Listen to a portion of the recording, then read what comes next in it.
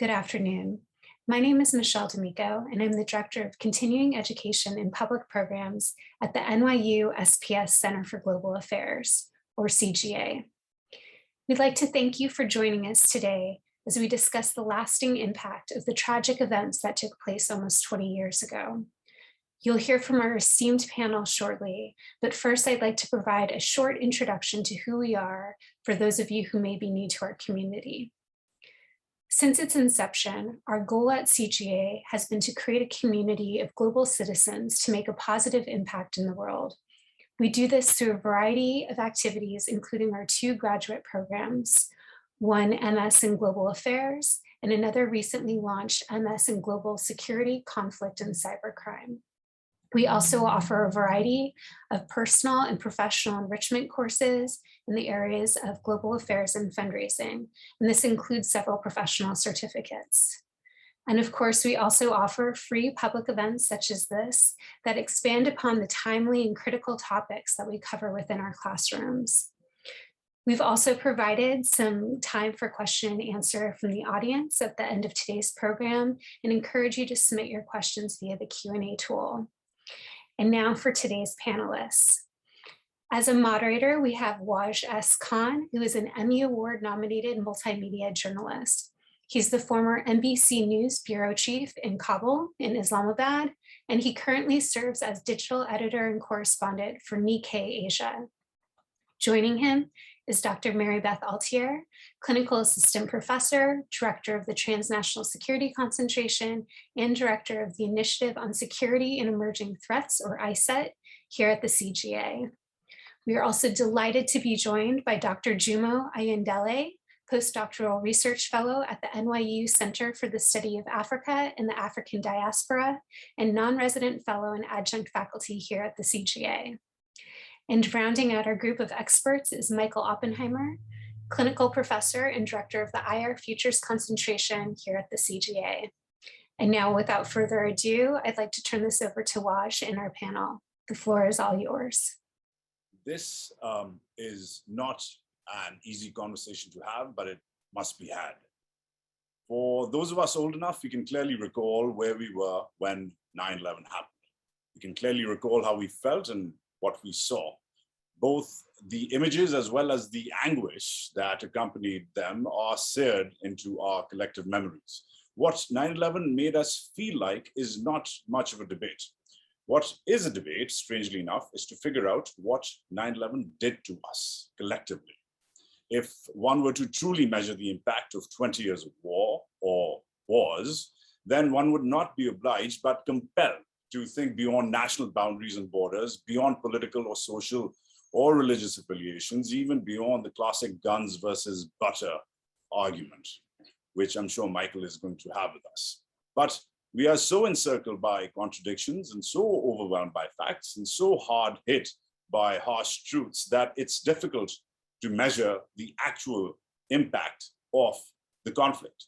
Hundreds of thousands killed, millions broken and hurt, trillions spent, a generation born, raised, and killed in war and by war on all sides. If you were to put that mathematical equation in front of a child and then show her the images emanating from Afghanistan this very morning and ask her if it was worth it, chances are she would probably say no. But beyond the incredible, touching innocence of children, and I have a couple of them, the debate about war, against war, and for war must be carried on, and we will carry that torch today. This is 20 years of war. This is 20 years after 9/11. It's also 20 years of war. 20 years after 9/11, the lasting impact and lessons learned from the war on terror. I'm Wajahat Saeed Khan, digital editor at Nikkei Asia from New York City. Our topic today is harrowingly simple, yet critical, crucial.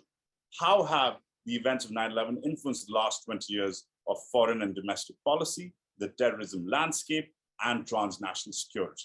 Our format is simple. We're going to try to do a round robin, and towards the end of the show, we are going to open up the floor for the questions and answers from our participants, who I hope are interactive with us and really tell us what they feel like and what they want to know about. So, without further ado, real quickly, 20 years of war, for starters. My first question is to Mary Beth. It's very simple, and here we go.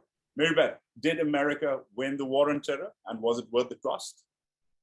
Yeah, so I guess the first thing I'd say is that it's very difficult to win a war on terrorism. It's hard to know what that looks like. So terrorism, very much like crime or poverty, it's something that can be managed and controlled, but it's hard to, defeat terrorism. So all terrorism requires is someone, the vehicle, for instance, driving their car down the West Side Highway. So, it's something that it's unwinnable. It's an unwinnable war if we want to completely eliminate or eradicate terrorism. So that's sort of one point, is that, we do need to become comfortable with, a certain level of terrorism within society. We can minimize it, but we can never actually eradicate it. In terms, if we consider, setting that aside, if we just think about whether or not we won the war on terrorism, there are two perspectives on this. So from a very US centric perspective, some people will argue, yes, we won the war. There hasn't been a 9/11 style attack on the United States of America, since 2001. So a lot of people will say, we've thwarted attacks. I think as average citizens, and it's important to acknowledge that we don't know what we don't know. So there are things that the intelligence community and law enforcement are doing that we're not aware of. But if we step aside and step back and look at terrorism globally, since 9/11, we've seen an increase in terrorist attacks. I think 2014 was the highest number of terrorist attacks globally in the world.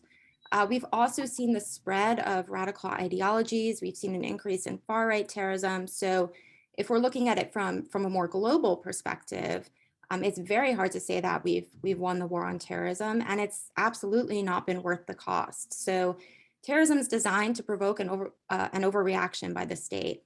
So it instills fear. We think about the events of 9/11. It was horrific. I mean, I saw it was absolutely horrific. And what does that do? That makes people angry. It makes governments angry. And they tend to overreact. They want revenge. The war on terror, for me, I mean, looking back at it, was mostly about revenge. And so we saw this overreaction. We saw the US renege on its values. So when you think about surveillance, rendition, torture, Guantanamo, all of those things, absolutely not worth the cost. And we really fed in to what the terrorists wanted us to do. And I guess my concern is that we haven't learned those lessons about the psychological impact of terrorism. So if there's another 9/11 event tomorrow, it's hard for me to say that the US won't overreact again, or another country won't overreact. It's really part of the strategy. And I think as governments and citizens, we need to be more aware of what the terrorists want us to do and how they want us to react. So the word I picked up there, and I'm going to pivot to you, Michael, after Mary Beth, is reaction. The states reacted, America overreacted. And then, of course, the other verbs which come with that, like revenge, the other adjectives. Looking back at 20 years of now what are now multiple wars, was the American reaction after 9/11, Michael, a failure? I agree with Mary Beth in everything that she has said. It was an overreaction, of course it was. And in the process of overreacting, we created more problems than we solved. I do think that we're safer today in terms of our ability to protect and thwart large, complex global terrorist operations launched from foreign countries. I don't think there's any question about that. And many of the actions that we took to protect ourselves were warranted, innovative, effective, ranging from improved intelligence to more secure borders, to a more vigilant population, including a great deal of cooperation on the part of the American Muslim community. And as well as the use of technology to go after terrorist cells abroad. So those actions were effective, and to the extent that they were part of the war on terror, I think we should acknowledge that. On the other hand, I would say that all of those actions were doable without invoking this huge concept of a global war on terror, which is undifferentiated geographically, which is unlimited in terms of means, which is corrupting of our democratic institutions. none of these measures required this kind of inflation of the threat. And you could also say that the things that we did, many things that we did under this overall strategic concept of the war on terror, were terribly damaging to our security and to the world at large. The most obvious example, of course, would be the invasion of Iraq, the 20-year war in Afghanistan that began with a fully justified operation against Al-Qaeda and the Taliban, but then morphed into a nation-building exercise, which we now understand was all for naught. And so the costs of this inflation, of this threat inflation, were severe for our own country, for its democratic institutions, for our reputation internationally, for our influence over other countries. And in the case of the invasion of Iraq, actually promoted Middle East chaos, provided opportunities for our major adversary in the Middle East, Iran, to extend its influence, and gave rise to ISIS. It's impossible to imagine ISIS without the American invasion of Iraq. So in that sense, the war on terror as executed by the Bush administration was a net negative, and it's a negative we're still dealing with today and will continue to deal with for some time to come. Wow. So I picked up overreaction from Mary Beth, and I picked up a negative reaction from you, Michael. Interesting.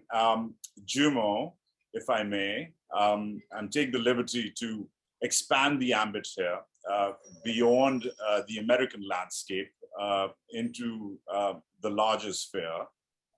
You and I have seen the war, covered the war, been through the war, not just from the inside out, but also from the outside in.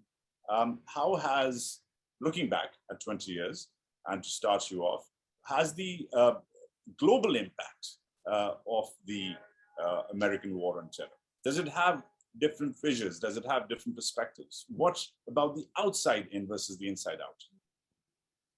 Thank you, Khan, for that question. And I will be talking about, and I'll be commenting on your question based off of security sector reform in Africa post 9/11. And we see that since 9/11, the amount of foreign assistance to Africa towards building military capacity has increased dramatically. And while there are still increasing concerns, especially from the international community, given the rise in violent extremism on the continent, that the region may collapse without foreign intervention, this provision of external assistance has led to an overdependence on international support to fight domestic terrorism as well as transnational terrorism. So when we see cases such as Mali or Somalia, we see a lack of political will by state leaders to actually reform security sectors, despite the large amount of funding that has been provided to those countries and to state leaders. Yet we continue to see partner countries, international organizations, regional organizations cooperating with governments and African leaders. In fact, there are actually no signs of decreasing aid packages to these countries. So the question we really have to ask ourselves, looking back post 9/11, is why there is a push to continue to reform state security institutions, especially when we're talking about terrorism. Why do we continue to emphasize countries' militaries and their institutions in really addressing the complex root causes that have resulted in increased activities from violent organizations? And my research shows that this decision to employ primarily military measures continues to stem from the perceived relative military capacity of states when compared to violent organizations and non-state actors operating specifically in the context of Africa. And while these military operations and regional and international partners have been relatively successful with retrieving and protecting territorial integrity, we do know that military tactics and strategies run the risk, while important, they do run the risk of underestimating and really misunderstanding the legitimate grievances that have resulted in increased violence on the continent. Africa has a burgeoning youth population, and a lot of violent organizations, transnational terrorist groups, have been able to take advantage of this burgeoning youth population mobilizing as well as recruiting foot soldiers. More emphasis, looking back and going forward, needs to be put on developing essential infrastructure in undergoverned areas by national governments, partner countries, and the international community. And this is because for far too long, we have funded and we have focused on military operations and security sector reform initiatives. More funding is needed for development initiatives that can really address the root causes of insecurity and the legitimate crisis that we are really seeing on the African continent. But most important is the political will to actually fund non-military strategies in dealing with terrorism. These sorts of development and as well as social initiatives that can really boost youth empowerment may at least be able to decrease and address the ability of a lot of these transnational groups to actually mobilize foot soldiers.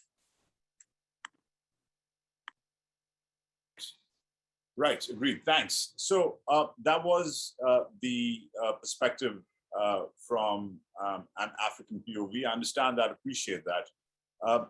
The absence of political will, or the lack of political will rather, and I guess misfounded priorities are quite clear. I know hindsight is 2020, but I must recommend everyone read new literature coming, especially about the priorities of the US and Afghanistan. Jeffrey Sachs has done some work on this recently about how, to your point, Juma, about how most of those trillions, which we all cite, those $2 trillion, which we all cite, most of those went into fighting, not building. But beyond that, if I may take a quick second here, just like you represented the African perspective, perhaps if I may speak from the South Asian or AFPAC perspective, that in another way is the problem. The term AFPAC was founded, in fact, coined after the US invasion in October 2001. But if you really talk to our friends in ISIS Khorasan, they don't think that AFPAC is the prize. They refer to this as a larger region, which spans in their worldview from modern day Iran, parts of Central Asia, into Pakistan, into India. And again, dehyphenating the two powerhouses in that region, which were two major proxy sponsors, India and Pakistan, out of, for example, the Afghan equation, and just pairing AFPAC together as if there's no third, fourth, fifth, sixth, 10th country involved in that conflict, and just making it Afghanistan, Pakistan. If it's not working in Afghanistan, let's fix Pakistan, or we can't fix Pakistan, there's a problem in Afghanistan.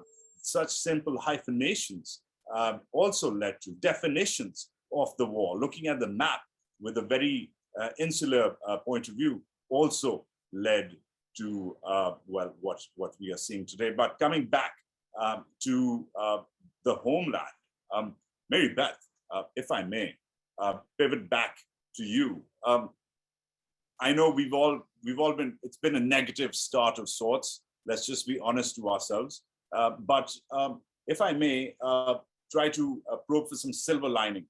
Are there any lessons learned, especially when it comes to applications of the foreign counterterrorism endeavor, foreign CT policy to domestic CT policy, especially considering what's going on back here on the ground in the US, homegrown far-right terror threats? Can we take some lessons learned from out there back here? I know it's quite a pivot. I will circle back to the larger war, but can we talk about domestic policies and lessons learned?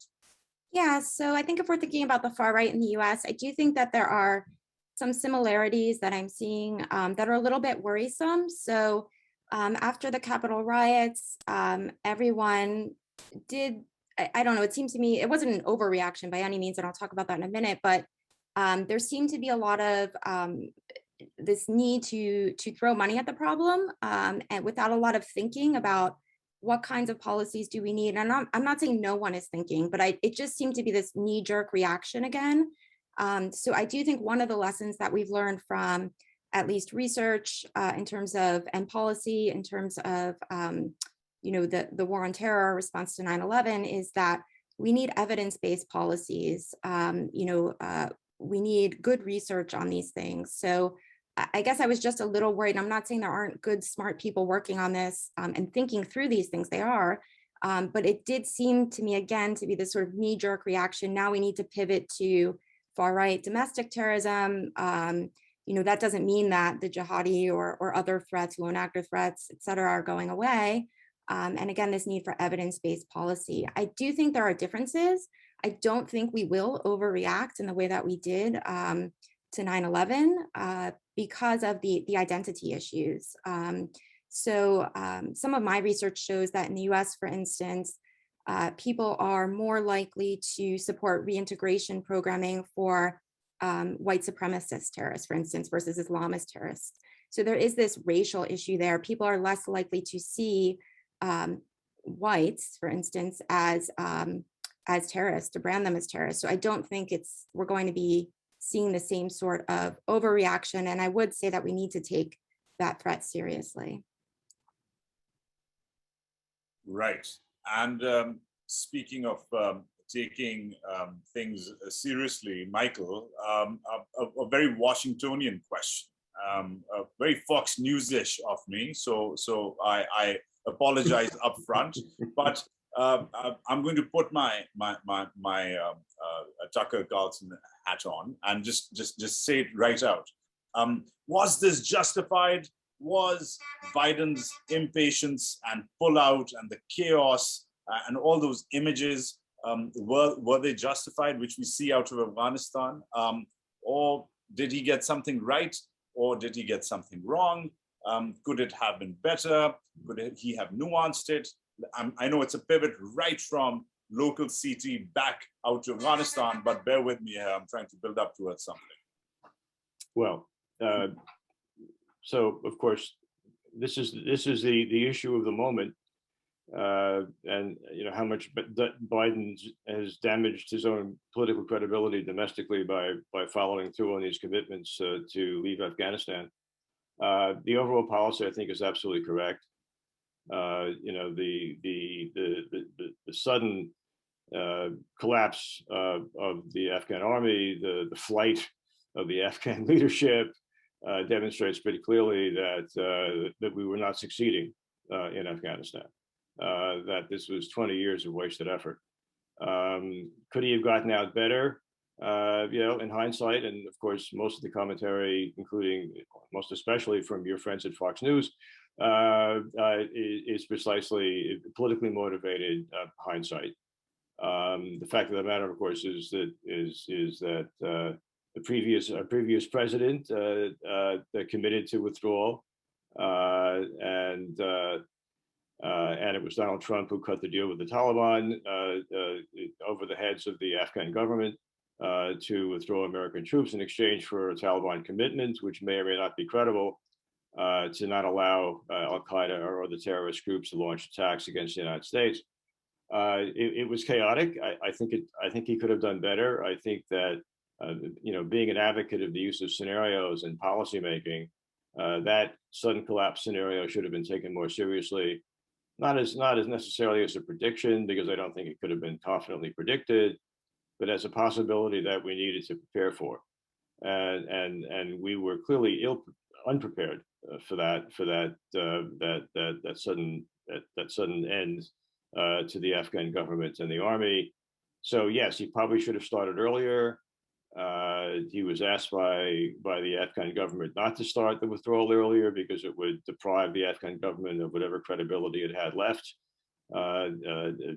Biden apparently agreed to do that. That was not a wise decision. I think in the fullness of time, we'll look back on this as the correct decision, and it will finally free us of that commitment and allow us to pay more attention to the things that matter, such as right-wing extremism, such as great power conflict and the challenge that we face from China and Russia. These are clearly the big strategic challenges that the country faces. And Biden is trying very hard to sort of reorient American diplomacy towards those principal challenges. It's a remarkably nuanced answer, and you're not going to get a call from any Fox News booking producer anytime soon, Michael. I can guarantee you that. I'm thankful for that. Thank you. So am I. But Jumo, about to Michael's point, very importantly, the American president, in the last big defiant speech of his regarding this matter, though he has taken some notes from reporters, he has exchanged notes with the reporters after since then, but that August 31st speech from the White House, which was which analysts said he's been preparing for a long time, had 3 or 4 different components. One was him, the American president, Joe Biden, doubling down and saying, I've done the right thing. It might be chaotic, but it was expected to be chaotic. Deal. The second component, of course, was trying to assuage affairs about resettling people, getting the evacuation underway. The third bit is what Michael has referred to, which is GPC, Great Power Conflict. China is the real problem. Asia Pacific, the Indo-Pacific is where the real war is. That's where the future is. That's the issue. I want to disengage from the Middle East, Afghanistan. But then he sort of slipped in a fast one. And not a lot of people debated this, but this is, I know you were watching it, I know you noticed it, I noticed it. Not very many American presidents have used the term North Africa and Sahel. A lot of people don't even know where Sahel is. But that is, of course, that region, your region, the region you cover. What do you think of that? He was very, very poignant to say that that is where the real threat is lying right now. Do you foresee, Jumo, that perhaps is the next battleground of sorts regarding our topic, counterterrorism? I would say yes and no, and that would be dependent on how we as an international community deal with the Sahel and North Africa, and in general, violent extremism in sub-Saharan Africa. He is correct to say that Central Sahel, the epicenter of violent extremism, when we look at Mali, and number of violent incidences and abductions and kidnappings have increased dramatically. And, you know, we also see coup d'etats in Mali and Chad because of the loss of legitimacy of elected officials. And there is concerns that this might have a domino effect. If a lot of violent extremist groups gain that legitimacy and are seen as legitimate by vulnerable populations and populations in the Central Sahel, and that could spread over to sub-Saharan Africa. But in my own opinion, I think Africa is a little bit different from, you know, the Middle East and Southeast Asia.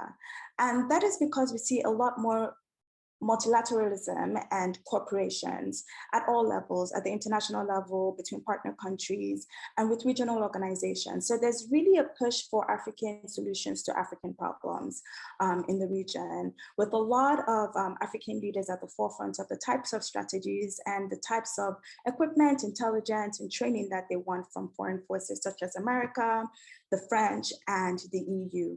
And that is because within military and policy circles, Afghanistan is seen as a cautionary tale. So we do not want another Afghanistan in Africa. And that's why when we see regional cooperation, because of the evolving nature of African militant jihadist groups, our own strategies are also evolving. So if we look at the Lake Chad Basin Commission, for example, or the Lake Chad area where Boko Haram is operating, we also see that there's a regional force. It's the same thing in the Central Sahel with Mali. We also see an African force that is cooperating with the French, the American, and the EU. And that's the same thing with the Horn of African region with Somalia. We see AMISOM, the AU force that is at the forefront of combating Al-Shabaab, cooperating with America and other partner countries.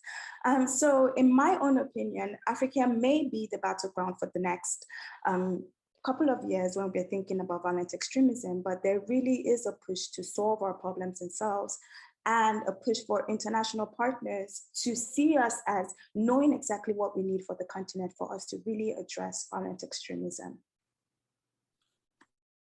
Brilliant, thank you. You don't get to hear much from that next front, but that is, that next front is my question to you, Mary Beth, as well as Andy, who's sent a question for you. So I guess Andy and I are both going to ask a question together. He says to Mary Beth and Michael, and it's for you as well, of course, Michael, is the next phase of post 9/11 international order going to be mostly focused on terrorism with the Taliban, now in charge of Afghanistan, ISIS-K, Pakistan, Iran's nuclear program, or great power conflict with China, how current events may reshape the Biden doctrine? I'm going to second that question with one of my own, which is built on, please answer that, both of you can take that together. Please answer that with one simple query. Is America, in this so-called Biden doctrine of ours, is America still going to lead this war against terror, or are we going to build, are we going to see more of what the president wants to build, which is this international alliance? He's been all about partnerships since he's arrived at the White House. It's not just America versus the world, it's him and his friends, the Japanese, the South Koreans out in the Indo-Pacific, the Ukrainians whom he's just met, the Israelis whom he's just met. It seems that this is a more alliance-prone White House, which is, I guess, a good thing. But translate that for us with Andy's question in mind about the war on terror. Who will lead it, and how will it be fought, and what are the fronts? Mary Beth.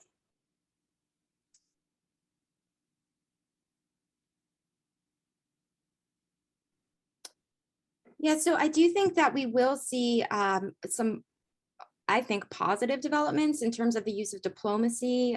What I would like to see in terms of the so-called war on terror is the use of political tools like diplomacy, some of the things that Jumo mentioned in her first set of comments. I do think that security, obviously, given what I do, is fundamentally important. So it's not just a development solution, but that we do need to see political solutions to political problems. Terrorism is a political problem. So I do think that, building those partnerships, using diplomacy is the way to go. And actually, Jumo, your comments and your second set of comments were actually so positive. I often hear such horrible things when we talk about terrorism, but they're really positive. So that's what I expect to see. I think taking a more proactive approach to combat radical ideologies and terrorism is the way to go. And then we won't have to be reactive, and we will be less prone to overreaction, right? Going to wars that we don't need to go to. So that's my hope. I don't know if I can't predict the future. Maybe Michael can, but I can't. Well, I won't go into my predictive abilities. I'll just say that I think Biden, again, I think he's done the right thing. I think he will continue to attempt to lead a global coalition to manage, not eliminate, as you said earlier, Mary Beth, but to manage this terrorist problem, to keep it in perspective and not to go overboard in terms of invading countries and building nations and so forth. I think he's got a real opportunity, to help to organize not just a coalition of like-minded states, but a global coalition. You remember that immediately after 9/11, the General Assembly of the UN passed unanimously a vote condemning terrorism. And of course, that was a period of American primacy, and great power conflict was still sort of on the distant horizon. But there is a common interest, and it flows out of Afghanistan in managing this problem. I mean, now the Russians and the Chinese are going to have to do something about Afghanistan and not rely on an American presence to protect them. So they're going to have to take a more active role. Apparently, there was a meeting just yesterday, just concluded yesterday, between India and Russia, discussing collaboration to deal with the potential terrorist threats emanating from Afghanistan, as the Taliban either invites or fails to control Al-Qaeda and ISIS and other terrorist groups.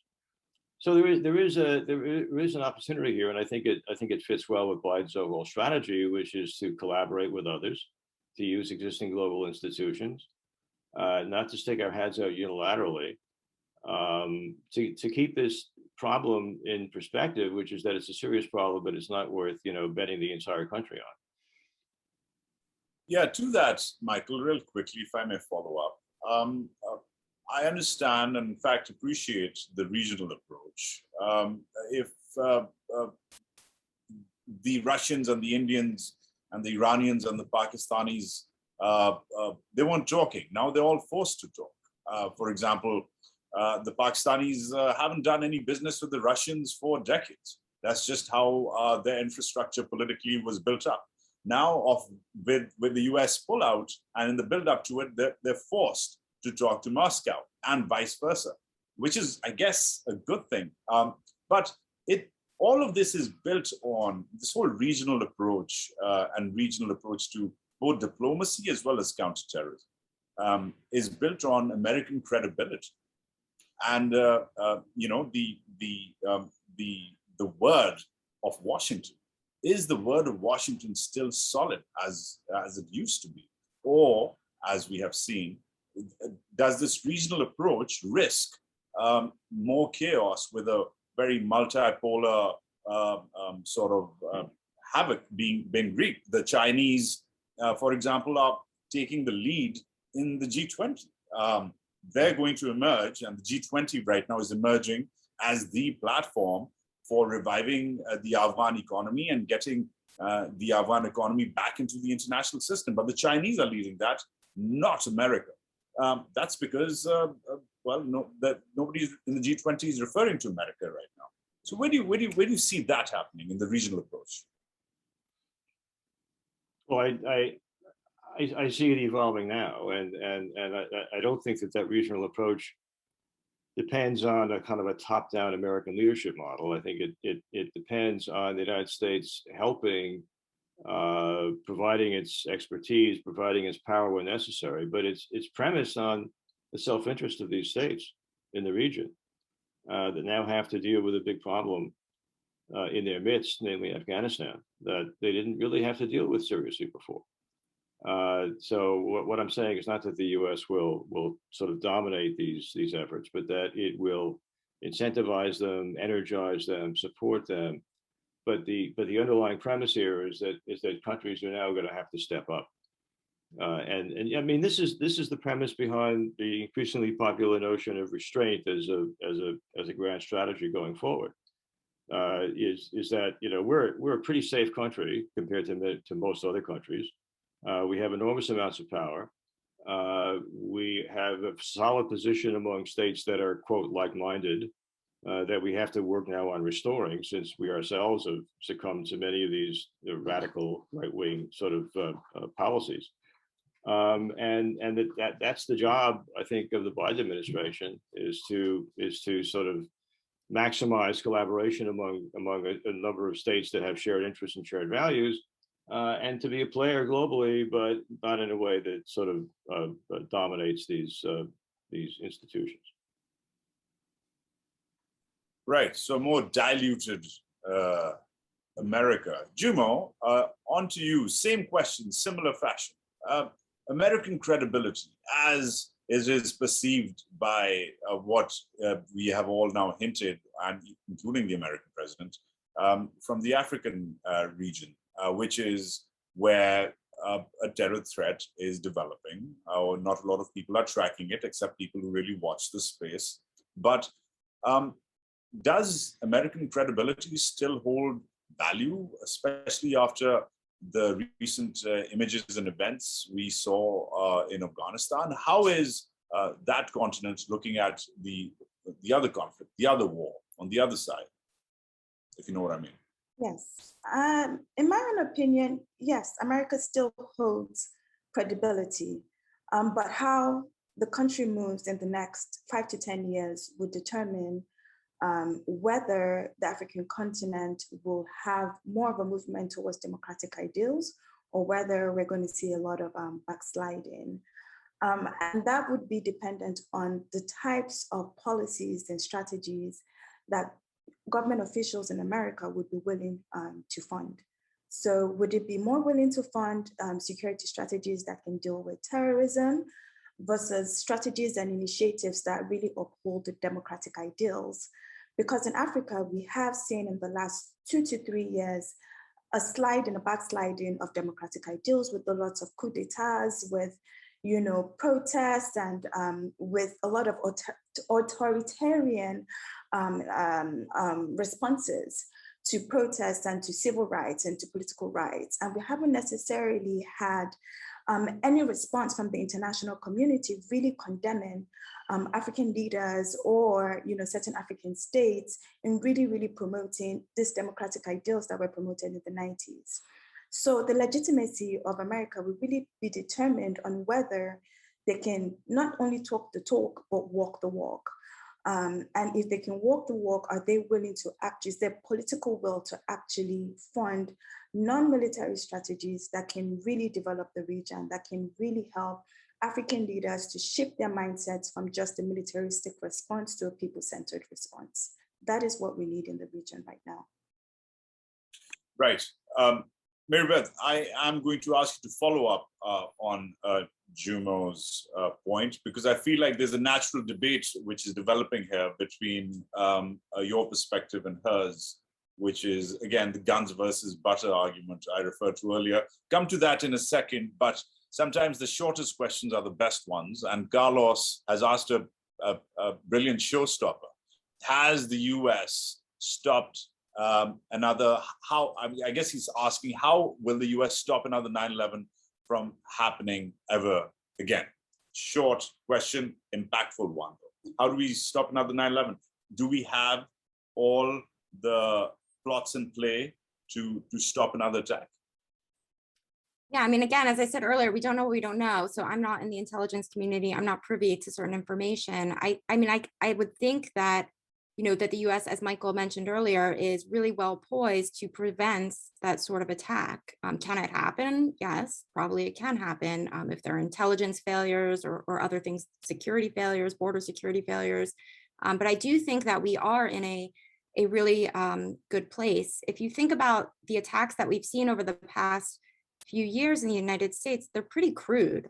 So like when I see lone actor attacks, to me, that's, it's obviously devastating that people are dying.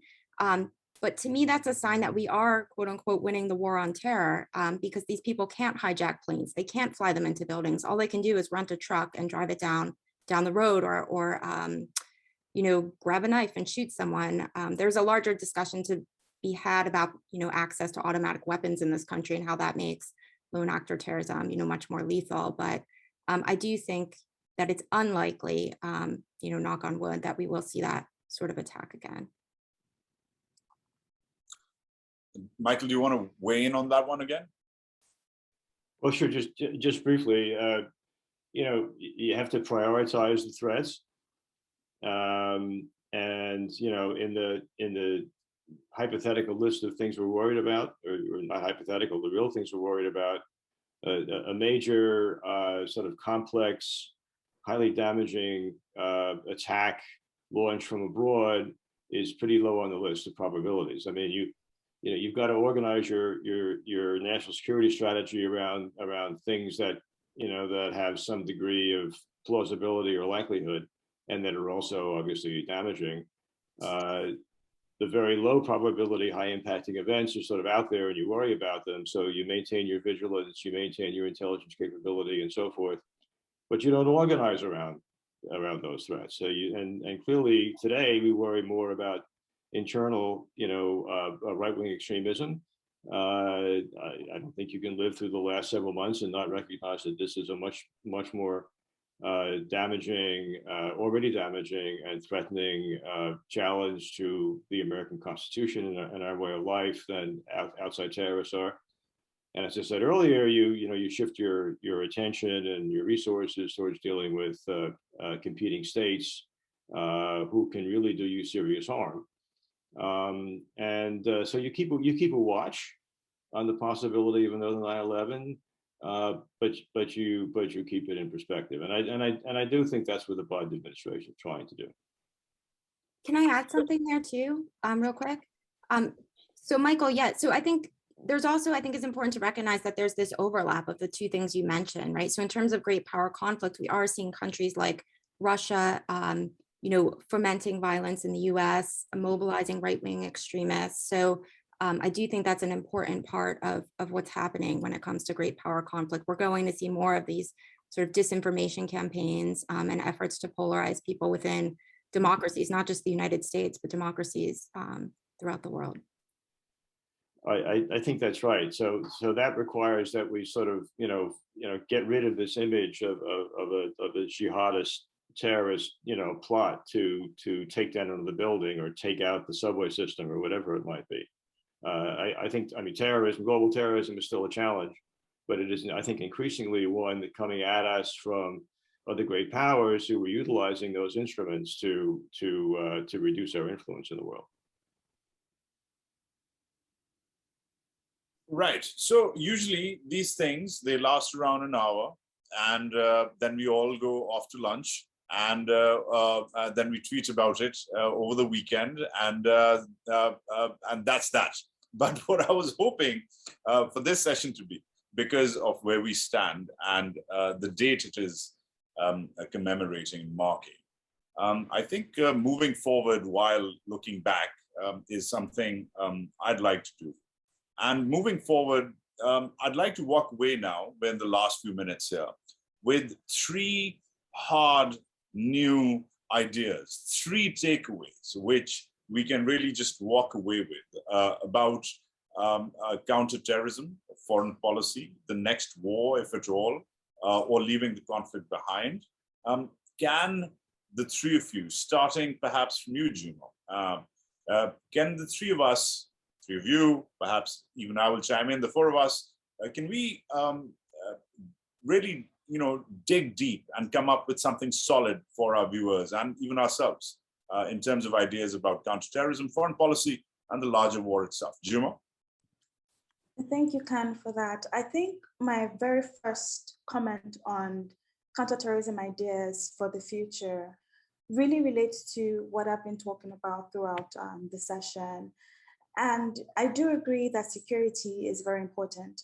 There is no way that we can address a lot of these complex problems that we're facing in the African continent, especially in the region, if there isn't any military capacity.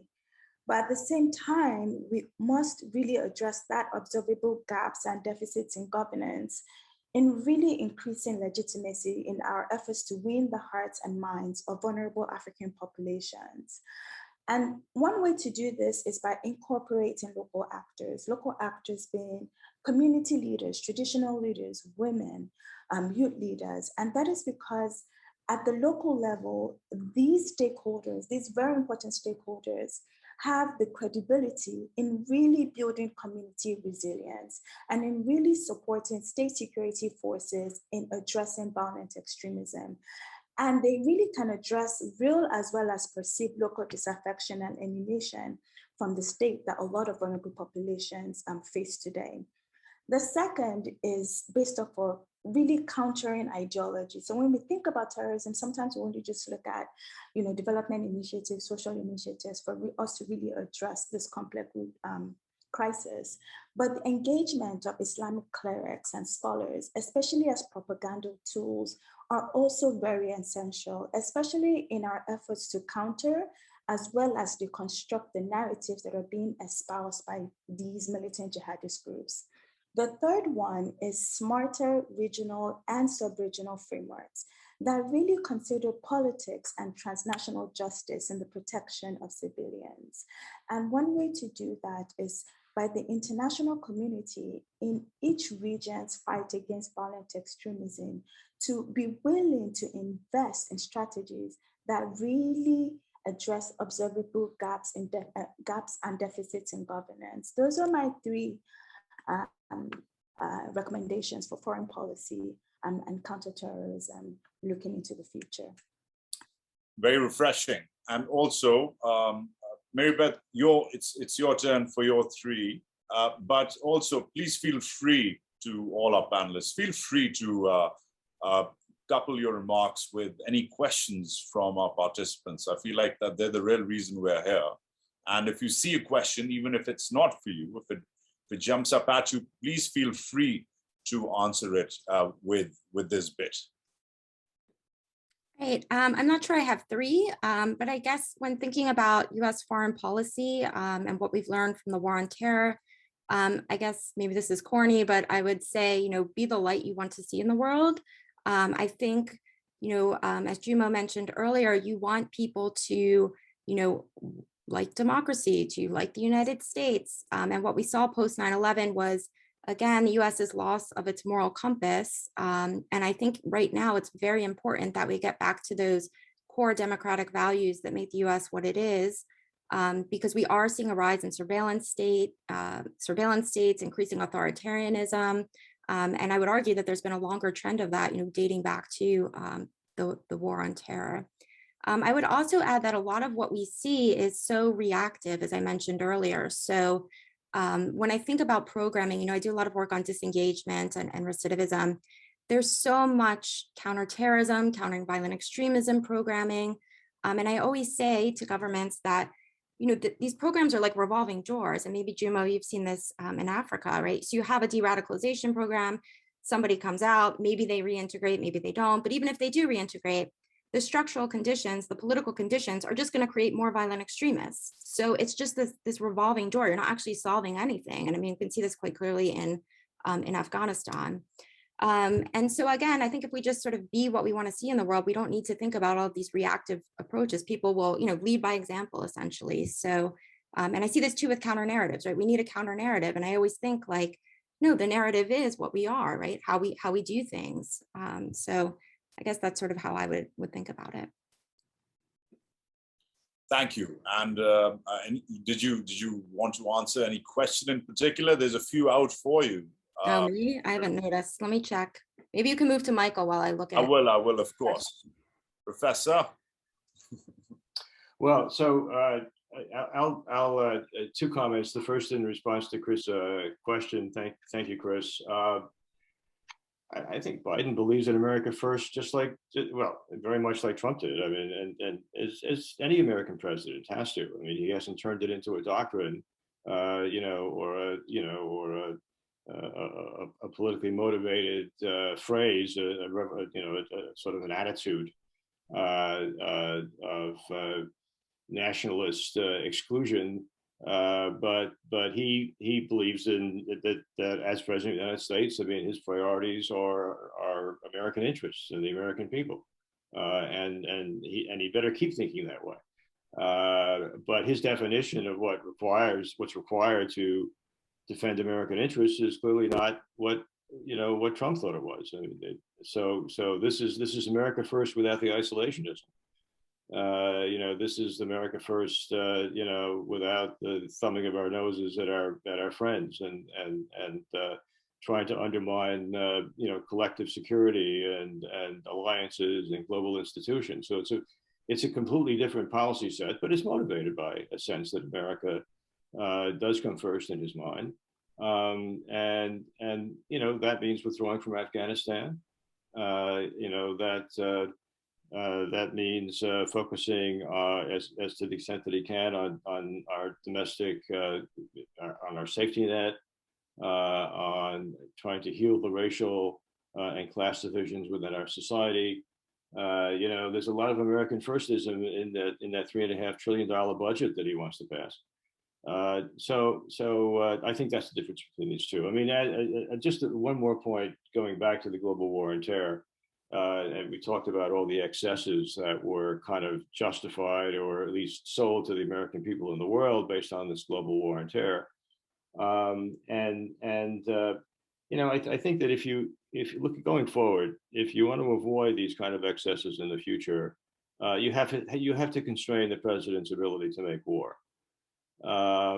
You know, Bush comes into office with his party in control of both houses of the Congress, a thriving economy, a budget surplus, no peer competitors. You know, the Russians are on their knees, the Chinese are rising peacefully. Terrorism is a problem, but it's somebody else's problem. And I really don't think the first several months of his administration, he or his people had any idea what they wanted to do with all this power. And then 9/11 gave them an answer. And, you know, without any pushback from the Congress, without an effectively independent press, with the Democratic Party marginalized, he did what he wanted to do. I mean, the ultimate explanation for why we did what we did in Iraq is not terrorism. We did it because we could. I mean, this is kind of a realist explanation. Countries that are unopposed externally and have no effective checks and balances internally will go ahead and do whatever the president wants to do. And that's what we have to prevent in the future, whether it's a Republican or Democratic president. We have to get the Congress and the American people back in the game of restraining presidential powers, so that any president who wants to use force really has to get the approval of the Congress.